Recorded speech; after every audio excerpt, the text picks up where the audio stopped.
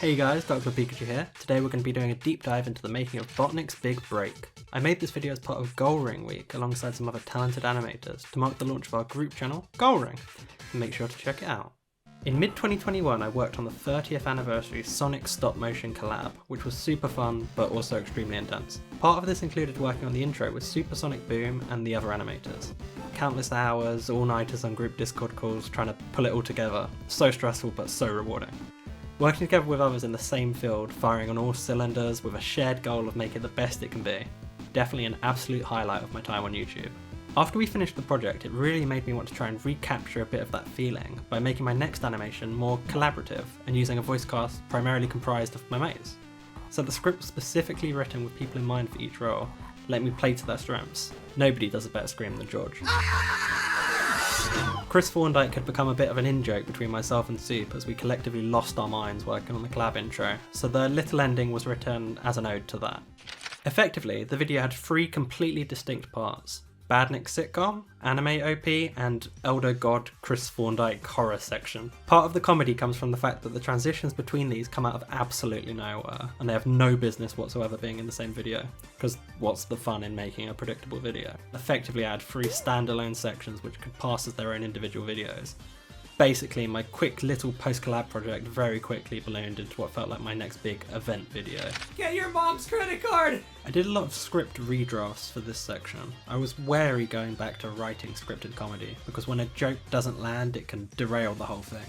But spending such a long time on the script was a blessing. If a gag made me laugh reading through draft 1, but by the 5th draft it wasn't even getting a smile out of me, then I knew I could do better. In general, spending a long time working on one video will always increase the quality, because once you've watched through the edit 5 billion times, you naturally get a bit bored of it and try to add new bits to freshen it up. Voice acting wise, Caleb's Motobug absolutely steals the show here. Take memes! This was the first time I've ever directed a performance live on call as it was being recorded, which meant Caleb and I could just play around with it and see what worked, as well as improvise a whole bunch of extra bits. He also even recorded a sad version of the Sonic X motif on trombone for me.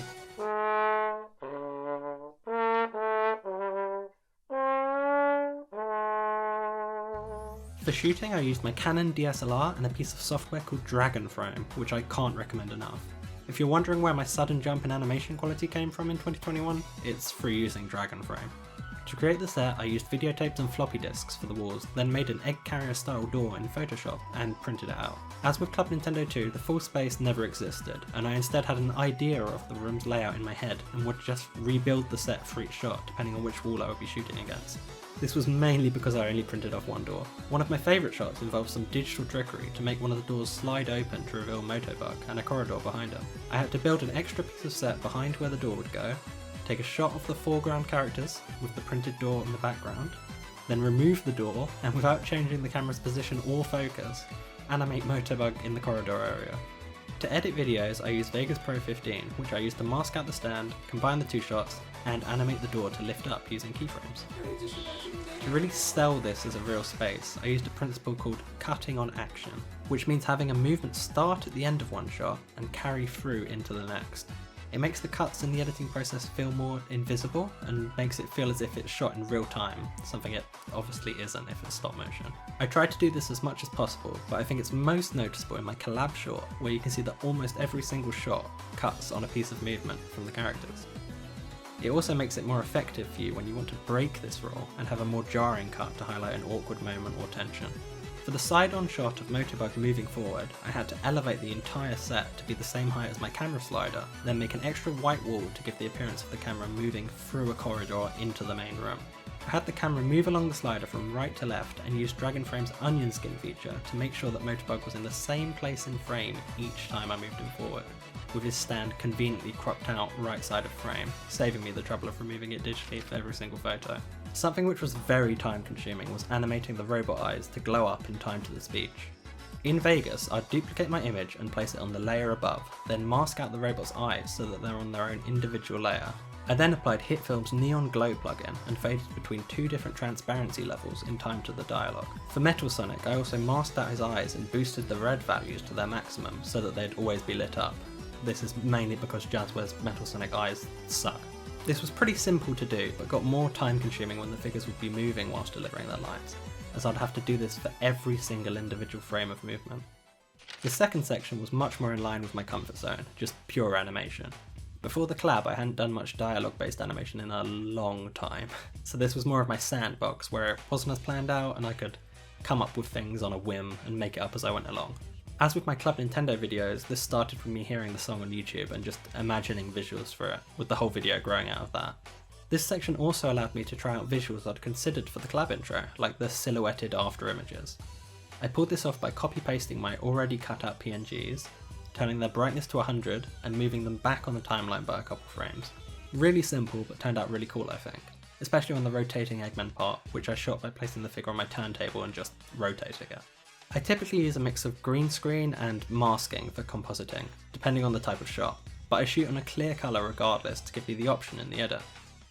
Two things I'd recommend for chroma keying are having soft, multi-directional lighting and making sure your foreground object and your background colour have a good amount of distance between them. I also got to tear the head off a Sonic figure for this section, so that was pretty fun. I'd recommend it, but these things are expensive, so maybe not. I then shot a bunch of individual characters to slot in as the camera moves left. I don't own a Jack Silver Sonic, but Sonic Blast Animations was kind enough to shoot me some footage of his against a pink background, which was vital because he's a shiny boy. The Roboticizer section towards the end is actually a visual I've been wanting to try and pull off for years, and it ended up being complex enough that it involved rendering out individual sections and stitching them together just to avoid having a billion layers of video on my timeline. As an extra little touch, I had the Motobug eyes activate as they came out of the machine, to give them more of a sinister feel in comparison to the goofball Motobug we spent most of the video with. You know that I'm a silly little boy, Chris Thorndyke. This section was a completely different creative process to the other two, and was effectively a collaboration with Supersonic Boom. It was originally going to just be a short cameo with a joke about how convoluted Kingdom Hearts lore can get, but I sent it to Soup and basically said, do whatever you want with this, and we ended up coming up with something very different by the end. I encouraged all my voice actors to go off script, try things out, and take it in whatever direction they think might be funny. I'm a massive fan of As Fast as Lightning's Sonic Zero's video, and wanted to try and capture a bit of that, where you can just feel the voice actors having fun with it. Accident!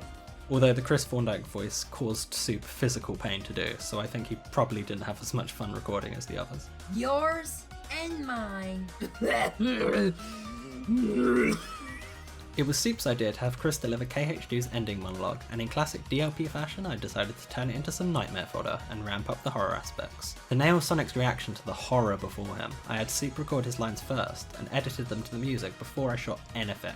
Then I effectively made a script in video format with Sonic lines for George to chime in with, and sent it off to him to record against. Now I will step forward to realize this wish. And who knows? Starting a new journey may not be so hard. I think because of this, the two play off against each other incredibly well here, despite recording completely separately. And hope that our hearts will blend. I don't know you! Now I will step... For lighting, I bought some colour changing LED strips online and decked my desk out like a chaotic Christmas tree. I wanted to try something new and have the lighting act as a practical effect to highlight some moments, like Chris teleporting forwards or summoning a Keyblade, where it would suddenly flash a different colour for a single frame. Sonic grasping at the door handle was something I shot with the idea of playing it back at a higher frame rate to highlight how desperate he is to get the hell out of there. Most of the video is shot at 15 frames per second on 2s, but this shot played at 30 frames per second on 1s. What I want to highlight with this is that changing frame rates can be a tool in your arsenal just like any other shooting or editing techniques. Don't feel like you have to stick to a frame rate or that higher frame rates equals higher quality, because it doesn't work like that. How'd that get in there? There's a ton of other little Easter eggs and touches throughout the video, so if you've got any questions on aspects I didn't cover, feel free to leave them in the comment section below. If you liked the vocal performances for Motobug, Sonic and Metal Sonic, then you'll be pleased to hear I've got a group channel with their voice actors. We've done commentaries on things like the OVA, played a bunch of video games, and rewatched our first ever stop motion animations. I'm currently playing through Sonic Adventure 1 with them at the moment, so check it out. Aw, yeah! This is happening! And with that, we reach the end of the video. Thank you everyone for watching. I hope you found this interesting. Oh boy! My own, very own making of documentary!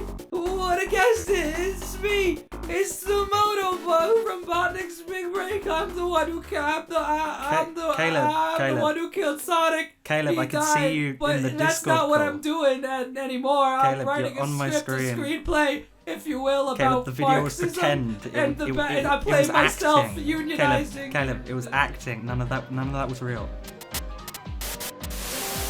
Silly little Pikachu. I can assure you, I'm most definitely real. Who are you calling not real? You're not real. You're a Pikachu. Pikachu don't exist. Little boys exist. Little boys that swing around keys. That's a real thing. That's something that's real. A Pikachu? A Pikachu with an eye patch? It's impossible.